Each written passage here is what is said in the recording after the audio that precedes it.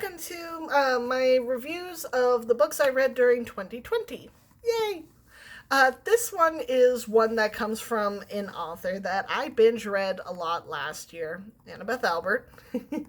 But this is actually one that I had kind of been holding off on because, of course, I binge read so much of her, I was kind of getting a little burned out.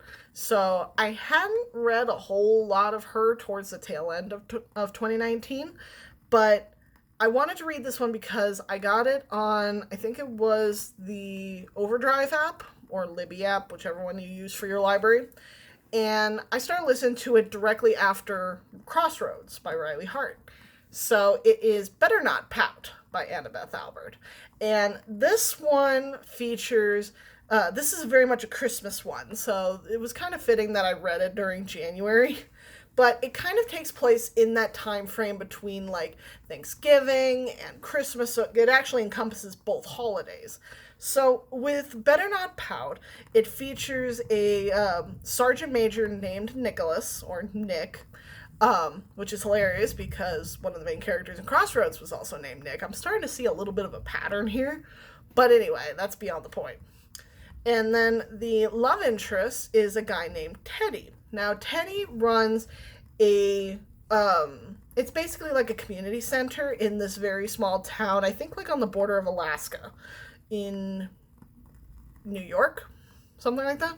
I don't exactly remember where. I want to say it's somewhere in New York, like right on the border of Canada, kind of thing.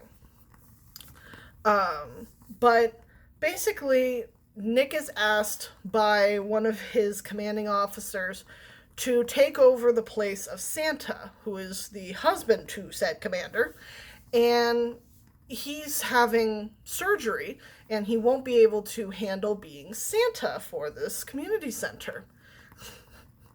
And oh my god, I forgot how much Annabeth Albert's writing makes me laugh, because there were several moments, and I started reading this when I was on my walks, and I was just like laughing out loud. It was so funny because Nick is so stoic in his delivery of everything.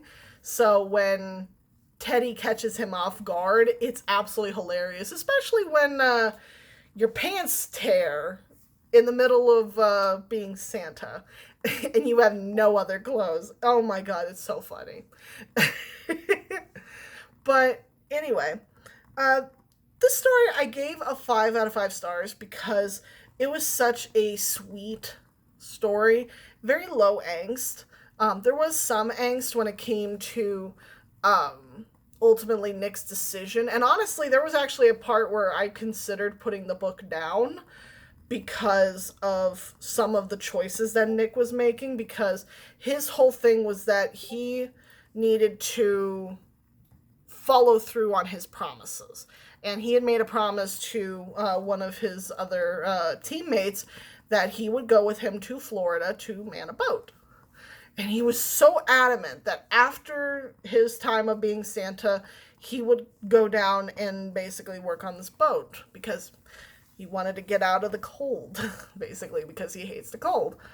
But even though he's getting so close to Teddy, he's like, I need to follow through on this promise. And his like complete dead stop didn't actually fix itself until way after he left.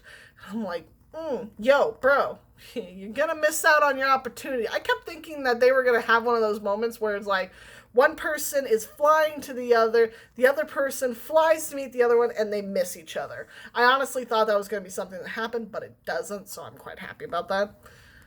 But ultimately, I gave this 5 stars because I just love Annabeth's writing. It is so sweet.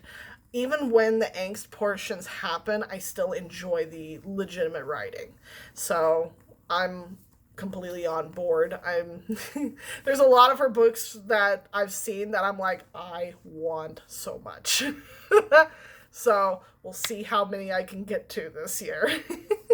So, thank you all for watching. I really appreciate you being here, and I will see you all in the next video. Bye-bye!